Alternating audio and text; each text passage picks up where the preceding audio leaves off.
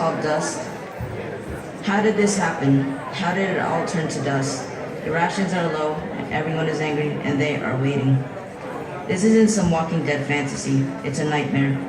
Now those things aren't your typical shambling, brain-hungry undead. Sure, most of them are mindless, but in the midst of all those crushed skull and darts are the myriads. The myriads are specialized creatures built for intense combat, if you call wildly flailing your arms at target intense combat. They are faster, stronger, and smarter than an average shambler. Some speculate that they were artificially made by the people that caused this mess. They say that the myriads are made by using a forbidden acupuncture technique on already dead corpses, or the living if you choose to do so.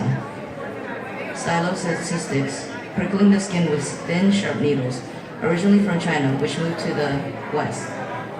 We survivors have trouble fighting the myriads, forcing us to make some of our own.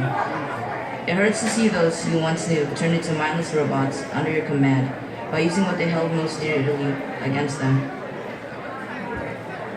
Whether it be photos of family, toys, or pieces of cloth, they will obey you as long as you have their item. Does it matter anymore trying to live in this greed-driven world, trying to survive against an endless onslaught of anger and confusion, just fighting over and over, a never-ending cycle? Once said by a wise man, until whichever comes first, a bullet or my savior, I will keep clinging to the last glimpse of that terrible illusion, hope. This was the motto I've always thought of when facing trouble since I was a young boy. This was quite often, as I suffered great pain when I was young, but as I grew up, I became callous and almost emotionless, losing myself to the lame numbness of repeated attacks. My dad an alcoholic, my mother neglectful, and my brothers, they did hate me so.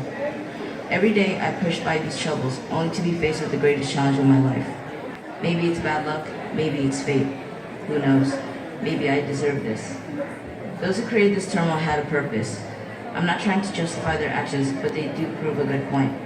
Their entire movement is to show the adverse actions of the human race, to represent how mankind's morals have been deteriorating ever since their creation, to describe neglect towards your brothers and sisters, to display an eat or be eaten world.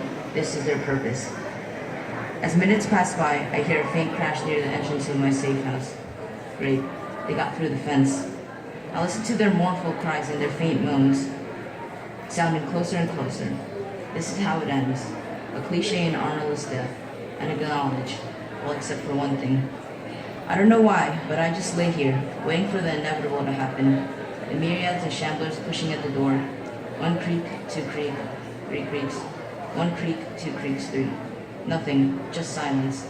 Then an explosion sounds off, causing a numb and buzzing sensation to course through my ear, as a figure stands over me at the doorway. Well, then, maybe it's not the end.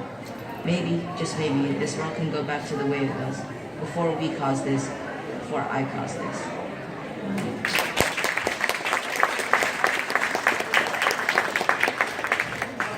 Can I have Benjamin Ross